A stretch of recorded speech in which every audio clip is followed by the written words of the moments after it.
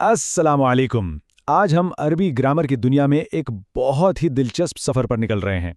हम अल-दुरूसुन नहविया से दो ऐसे अहम असबाक को समझेंगे जो अरबी ज़मायर की बुनियाद हैं, यानी प्रोनाउंस, और ये समझना अरबी ज़बान की रूह तक पहुँचने के लिए बहुत ज़रूरी है।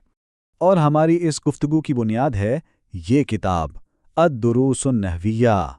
ये कोई आम किताब नहीं, बल्कि कई नस्लों से अरबी ग्रामर सीखने वालों के लिए एक मजबूत बुनियाद फराहम करती आई है। तो जो कुछ हम सीखेंगे वो एक मुस्तनद माखज़ से होगा। अच्छा, एक लम्हे के लिए इस सवाल पर गौर कीजिए। एक आम सा जुमला है, उसने मेरी मदद की, और दूसरा जुमला है, उसने सिर्फ और सिर्फ मेरी ही मदद की। दोनों में कितना बड़ा फर्क है ना? अरबी ज़बान इस फ़र्क को कैसे बयान करती है, इसका जवाब आज के हमारे असबाक में छुपा है। आइए मिलकर इसको दरियाफ्त करते हैं। तो इस गहराई में जाने से पहले एक बुनियादी बात समझना बहुत ज़रूरी है। हमें पहले ज़मायर की जो बड़ी बड़ी किस्में हैं उनको समझना होगा। ये समझ ले कि ये हमारी इमारत की बुनियाद है। देखिए, अरबी में ज़मायर की दो बुनियादी टीमें हैं। एक है मुत्तसिल यानी अटैच्ड, जो किसी लफ्ज़ के साथ बिल्कुल चिपक कर आती हैं, अकेले खड़ी नहीं हो सकती। और दूसरी है मुनफसिल यानी डिटैच्ड, जो बिल्कुल आज़ाद हैं, एक मुकम्मल लफ्ज़ की तरह। बस यही वो बुनियादी फ़र्क है जो आगे चलकर हर चीज़ को वाज़े करेगा। तो आइए सबक नंबर 16 से शुरू करते हैं, जिसका नाम है ज़मीर मंसूब मुनफसिल। ये वो ज़मीर है जो जुमले में मफ़ऊल बनती है, यानी जिस पर काम किया जा रहा हो, और ये हमेशा अलग थलग मुनफसिल आती है। इसका सबसे बड़ा काम जुमले में ज़ोर, ताकीद या तख़सीस पैदा करना है। यहाँ आप अपनी स्क्रीन पर बराह रास्त किताब का वही सफ़ा देख सकते हैं जिसमें ये सबक दिया गया है। असल मतन पर एक नज़र डालने से बात और भी पुख्ता हो जाती है ना? किताब में इसकी तारीफ बिल्कुल साफ और सीधी है। मुनफसिल मतलब अलग, आज़ाद, और मंसूब का मतलब है कि ये मफ़ऊल की हालत में है, यानी एक्शन को रिसीव कर रही। इस ज़मीर के कुल 14 सीगे हैं। हम सबसे आसान वालों से शुरू करते हैं, यानी मुतकल्लिम, जो बात कर रहा है। तो इयाया का मतलब है मुझे, और इयाना का मतलब है हमें। अब आते हैं मुखातब की तरफ, यानी जिससे बात हो रही है। यहाँ अरबी ज़ुबान की बारीकी और खूबसूरती खुलकर सामने आती है। देखें, मुज़क्कर के लिए इयाका, मुअन्नस के लिए इयाकी, दो लोगों के लिए अलग, जमा के लिए अलग।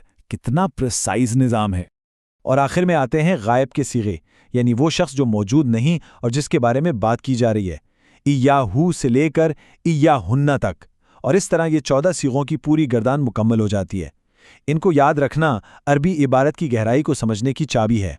चलें, अब हम सबक नंबर 17 की तरफ बढ़ते हैं।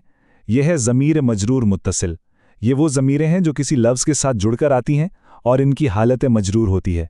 इसके दो बड़े काम हैं, या तो ये मिल्कियत दिखाती है या फिर किसी हरफ जर के बाद आती है। इस ज़मीर के आप समझ लें कि दो बहुत ही वाज़ेह काम हैं। पहला, अगर ये किसी इसम यानी नाउन के साथ जुड़ जाए तो ये मुल्कियत बताती है, पोजेशन। और दूसरा, अगर ये किसी हरफ़े जर जैसे से, में, पर के बाद आए तो ये उसका मजरूर बन जाती है। इस स्लाइड पर यह फ़र्क बहुत ही ज़बरदस्त तरीके से वाज़े किया गया है। देखें, एक ही ज़मीर ये है, जब ये कलम जैसे इस्म से जुड़ती है तो बन जाता है कलमी यानी मेरा कलम। लेकिन वही ज़मीर जब हरफ़ जर ली के साथ आती है तो बन जाता है ली यानी मेरे लिए। बिल्कुल यही उसूल बाकी तमाम ज़मायर पर भी लगता है। अच्छा, तो हमने कवायद तो सीख लिए, लेकिन अब असल मज़ा तो इनको अमली तौर पर देखने में है। ख़ास तौर पर वो जो सबक 16 की ज़मीर है, ज़मीर मंसूब मुनफसिल, वो कैसे मानी में एक ज़बरदस्त ताकत पैदा करती है, आइए देखते हैं। और इसकी सबसे बड़ी मिसाल कुरान पाक की ये आयत है। यहाँ नाबुदु इय्याका नहीं कहा गया, बल्कि इय्याका को पहले लाया गया है। इस तरतीब को बदलने से माना में हस्र पैदा हो गया है, यानी इबादत सिर्फ और सिर्फ तेरी और किसी की नहीं, मदद सिर्फ और सिर्फ तुझसे और किसी से नहीं। ये है वो गहराई जो ज़मीर का सही इस्तेमाल पैदा करता है। तो ये थे हमारे दो अहम असबाक। आइए इनसे हासिल होने वाले सबसे अहम निकात को एक बार फिर जहन में ताज़ा कर लें ताकि ये अच्छी तरह से याद रहें। तो खुलासा यह है कि मुनफसिल ज़मीरें हैं ख़ास तौर पर ताकीद के लिए, और जो मुत्तसिल ज़मीरें हैं वो या तो मलकियत दिखाती हैं या फिर हरफ़े जर के असर को। इस छोटे से फ़र्क को जानना आपको अरबी ज़ुबान में गहरे और दुरुस्त माने बयान करने के काबिल बना देता है।